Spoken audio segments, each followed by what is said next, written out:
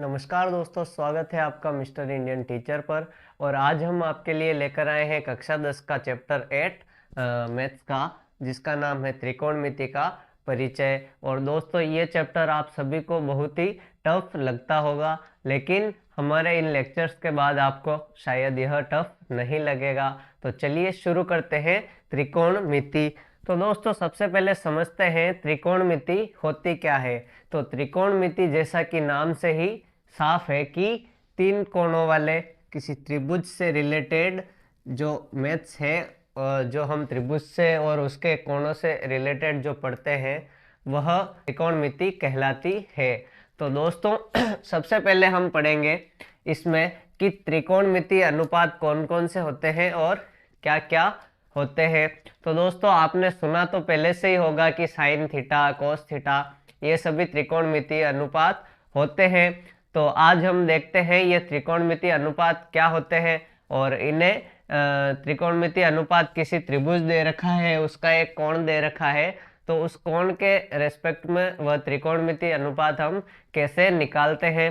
तो सबसे पहले दोस्तों, त्रिकोणमिति अनुपात हमारे पास मेन जो त्रिकोणमिति अनुपात होते हैं, दो होते हैं।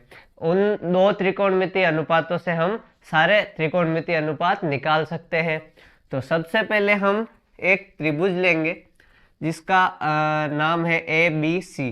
तो यह हमारा है त्रिभुज ए बी सी, और इसमें जो कोण बी है वह समकोण है, और ये सी जो कोण है हमारा वह थीटा है। तो एक बात आपको हमेशा याद रखनी है कि थीटा के सामने वाला जो थीटा जहाँ पर बन रहा है, उसका जो आधार होता है उसके ऊपर लंब है, वह लंब कहलाएगा हमेशा। जैसे हमने इसको थीटा माना है, तो इसके रेस्पेक्ट में ये आधार होगा, ये लंब होगा। ठीक है दोस्तों, और इसको हम आगे समझाएंगे। अभी आप ये समझिए, थीटा के सामने वाला सामने वाली जो भुजा है वह हमेशा लंब होगी। ठीक है दोस्तों, और जिस भुजा पर थीटा बना हुआ है वह आधार होगा, और सबसे जो बची हुई भुजा और जो सबसे बड़ी भुजा होती है उसे हम कर्ण कहते हैं दोस्तों। तो ये तो आपको त्रिभुज में पता ही होगा कि आधार, लंब और कर्ण क्या होते हैं। तो जब कोई हम कोण ले लेते हैं यहाँ पर थीटा, तो इस थीटा के रेस्पेक्ट में इसका अनुपात ले लिया, इस भुजा का और इस भुजा का अनुपात ले लिया, या इस भुजा का और इस भुजा का अनुपात ले लिया, तो इन अनुपातों को हम कहते हैं त्रिकोणमितीय अनुपात। और इन त्रिकोणमितीय अनुपातों को हमने कुछ नाम दिए हुए हैं, साइन, कोसाइन, टेंजेंट, और इसी प्रकार से और त्रिकोणमितीय अनुपात 6 होते हैं। तो चलिए देखते हैं अब कि जैसे हमें निकालना है साइन ऑफ थीटा, यानी इस थीटा एंगल का साइन अनुपात निकालना है। तो आपको एक ट्रिक याद रखनी होगी, ट्रिक से आप आसानी से कर सकते हैं। तो आप ट्रिक क्या है, एल ए एल के ए, आप इसको हमेशा याद रखिए, आपके लिए आसानी हो जाएगी। अब यहाँ पर साइन, कोस, टेन और कोट, सेक एंड कोसेक, ये 6 त्रिकोणमितीय अनुपात होते हैं। आपको याद रखने हैं साइन, कोस, टेन, और इधर से लिखते हुए आना है कोट, सेक और कोसेक। तो ये 6 त्रिकोणमितीय अनुपात हो गए। अब जैसे एक त्रिभुज हमें दिया हुआ है, साइन थीटा और कोस थीटा हमें निकालना है। हमें एक त्रिभुज दिया हुआ है ये, और इसकी ये भुजा है 3, ये है 4, ये है 5, और हमारा जो एंगल है इसमें मान लीजिए हमें थीटा दिया हुआ है ये। तो जरूरी नहीं कि थीटा इस एंगल को दे, हमें थीटा दिया हुआ है ये। तो आपको सबसे पहले इसमें आधार, लंब और हाइपोटेनियस जो कर्ण है वो पहचानना है। तो थीटा के सामने वाला हमने बताया हमेशा ये होता है लंब, तो इसे आप एल लिख दे। ठीक है दोस्तों, और लंब जिस पर लंब है, मतलब ये लंब किस भुजा पर लंब है, यहाँ तो 90 का कोण नहीं बन रहा, तो ये लंब इस भुजा पर लंब है, तो लंब हमेशा आधार पर होता है। तो ये हमारा हो गया आधार, तो इसे आप लिख दे ए, और ये हमारा हो गया लंब, ठीक है। और जो सबसे लंबी भुजा है बची हुई वो कर्ण, तो इसको आप लिख दे के। अब आपको ये ट्रिक माइंड में लानी है कि साइन क्या होता है। तो एल ए एल के ए आपकी ये ट्रिक है। तो साइन को देखिए, एल अपॉन के, साइन क्या है दोस्तों, साइन है आपका एल अपॉन के, ठीक है, लंब बटा कर्ण। तो आप लिखेंगे साइन ऑफ थीटा, इस एंगल के रेस्पेक्ट में कर रहे हैं, अगर हम ये एंगल ले लेते तो हमारा लंब बदल जाता, इसलिए एंगल से ये हमारे जो अनुपात है ये बहुत फर्क पड़ेगा इन पर। तो हम लिख रहे हैं साइन ऑफ थीटा, ठीक है। साइन थीटा लिखेंगे तो इस केस में ये थीटा है तो ये लंब हो गया, लंब बटावा कर्ण, तो कर्ण है 5, तो साइन थीटा हमारा होगा लंब बटावा कर्ण। तो लंब का मान है 3 और कर्ण का मान है 5, तो साइन थीटा हो गया 3/5। तो इसी प्रकार से मान लो आपको इसी त्रिभुज में एक और कोण दिया हुआ है फाई। दोस्तों इस निशान को फाई कहा जाता है, ठीक है। तो आपको एक और कोण दिया हुआ है फाई, ठीक है दोस्तों। तो अब आपको साइन फाई निकालने के लिए कहा है, मान लीजिए साइन फाई। तो इस केस में साइन फाई का मान क्या यही होगा कि 3/5, तो यह मान नहीं होगा। क्यों? क्योंकि हम जानते हैं जिस एंगल के रेस्पेक्ट में हम त्रिकोणमितीय अनुपात निकालने वाले होते हैं उसके सामने वाली भुजा हमेशा लंब होती है। तो इस केस में हमारा लंब दोस्तों, यहाँ पर मैं ब्लैक पेन से लिख रहा हूँ, ये पहले वाले इस एंगल के रेस्पेक्ट में है और ये इस ब्लैक के वाले एंगल के रेस्पेक्ट में मैं आगे लिख रहा हूँ। तो इसके सामने वाली जो भुजा है ये इसके केस में क्या हो जाएगी, लंब हो जाएगी, ठीक है दोस्तों। ये बात आप समझ सकते हैं, या हम अलग डायग्राम बना लेते हैं इसी का। ये डायग्राम हमने बनाया और ये हमारा 5, ये 4, 3 और ये 5। तो इसके सामने वाला हमारा हो जाएगा लंब यानी L, और ये हमारा हो जाएगा कर्ण, क्योंकि कर्ण सबसे बड़ी भुजा होती है और लंब इस पे बन रहा है, तो ये हमारा हो जाएगा आधार यानी A, ठीक है दोस्तों। तो अब हम साइन फाई निकालेंगे। तो साइन फाई निकालने के लिए हमें चाहिए लंब बटा कर्ण। तो इसमें लंब है 4 और कर्ण है 5, तो साइन फाई हो गया 4/5। तो ऐसे हम निकालेंगे। अब हमें दे दिया कोस थीटा निकालना है, थीटा वाला त्रिभुज हमने ये बना रखा है, कोस थीटा निकालना है।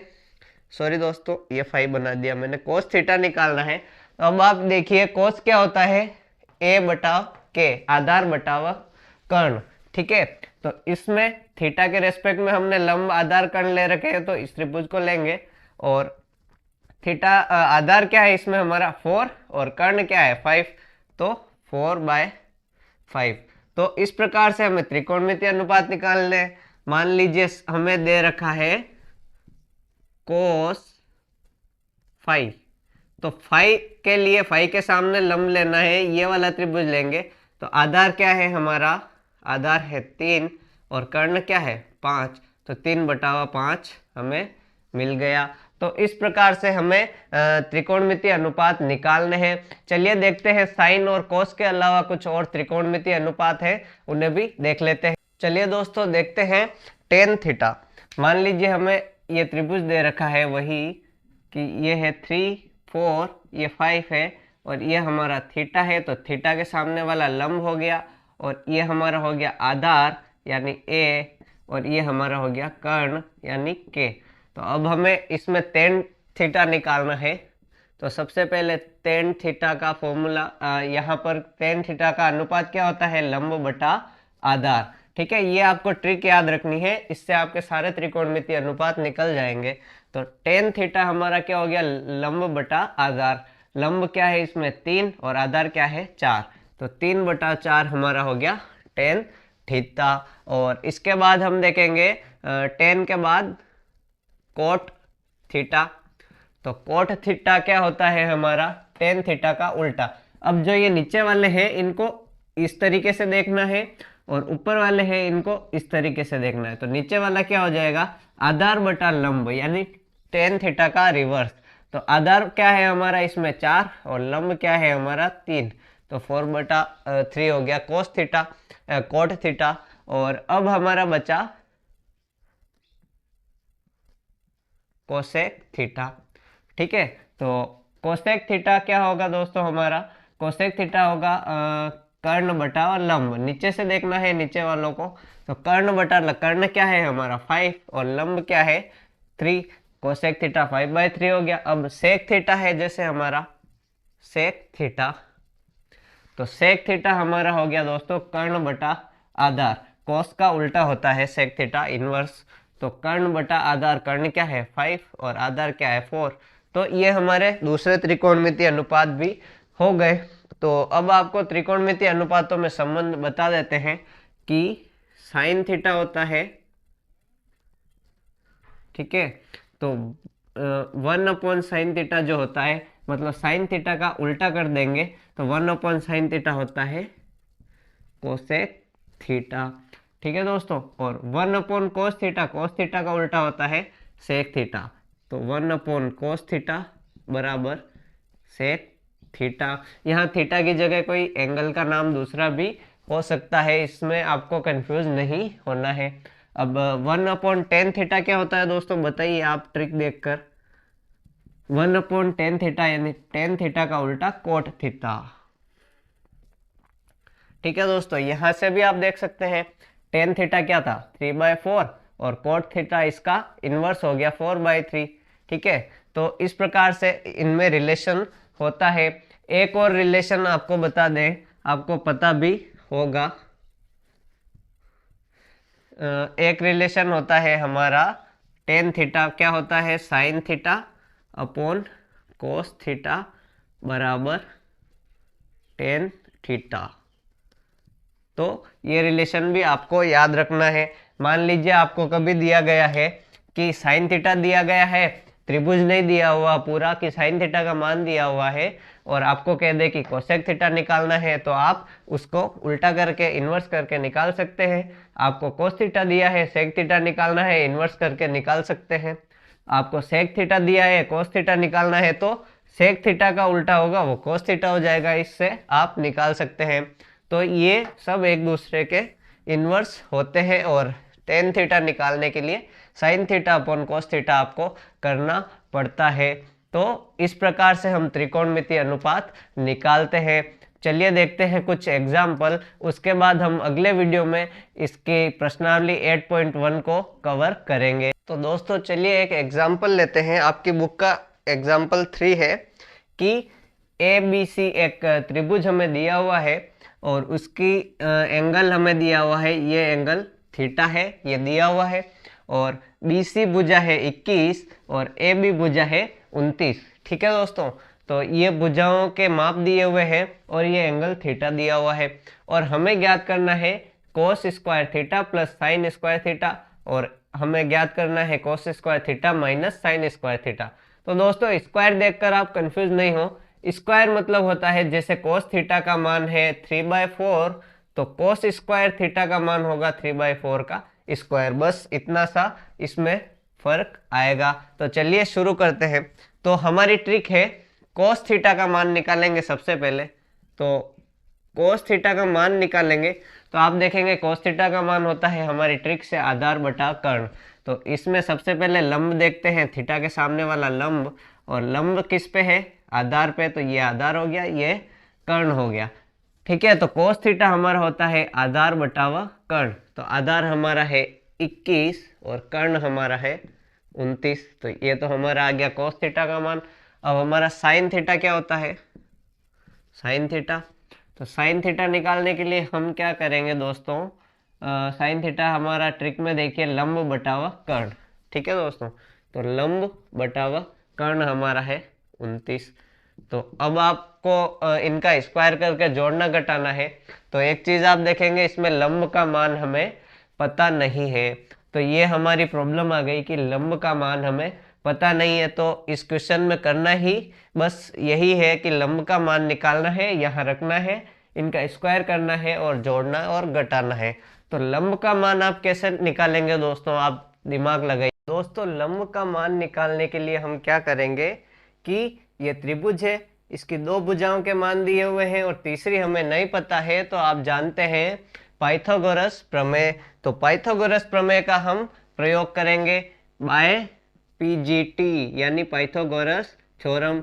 तो पाइथागोरस प्रमेय से हम क्या करेंगे, पाइथागोरस प्रमेय क्या होती है, कर्ण स्क्वायर इज इक्वल टू आधार स्क्वायर प्लस लंब स्क्वायर।